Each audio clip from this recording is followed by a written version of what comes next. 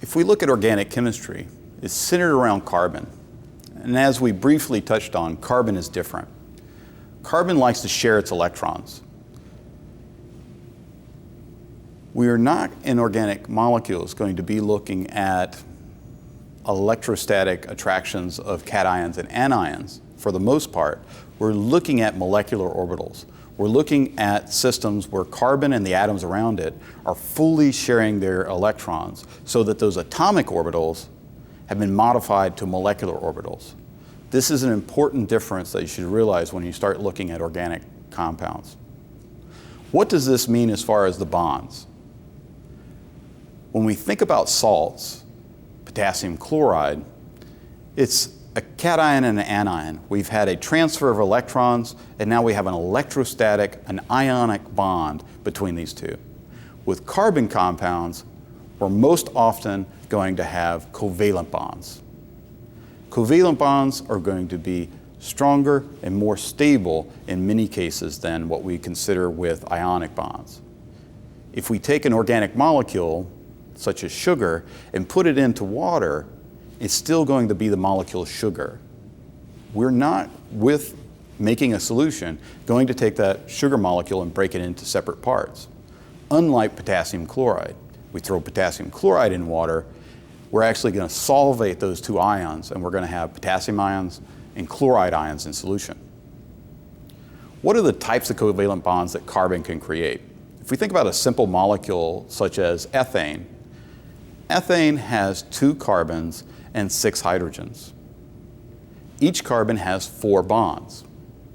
This is an important thing to remember, that we have 4 bonds.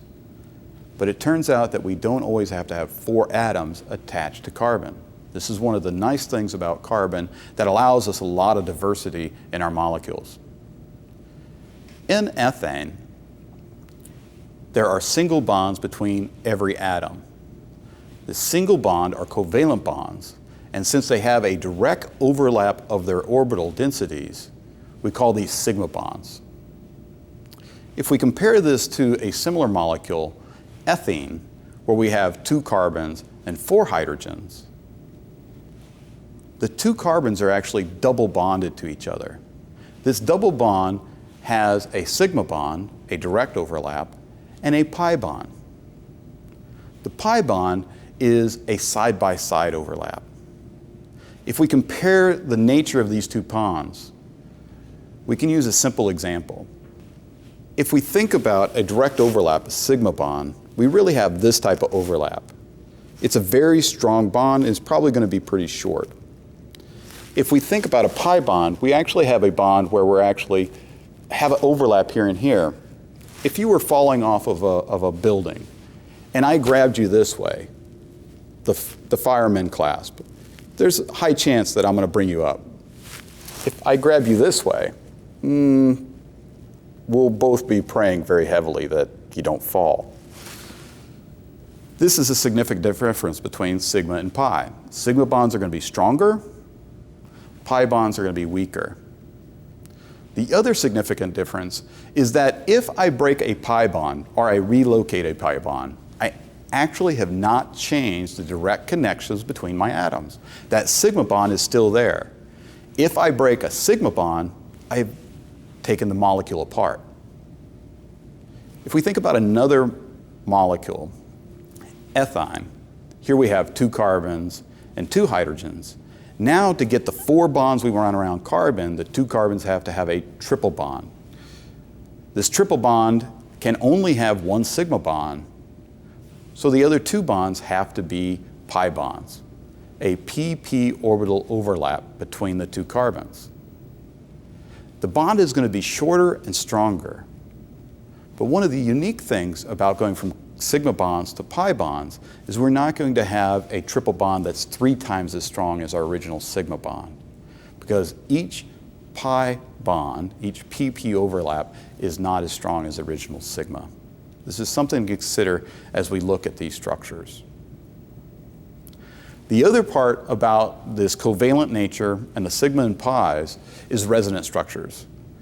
We've already looked at resonance structures, but resonance structures in organic chemistry is going to be a much more important contribution. mainly because of these pi bonds. With the resonance structure, what we want to do is delocalize our electrons, move them around without changing our structure. Since our sigma bond defines our structure, our pi bond then can be mobile. We can use lone pairs that we looked at with Lewis structure, and we can use the pi bonds to delocalize electrons.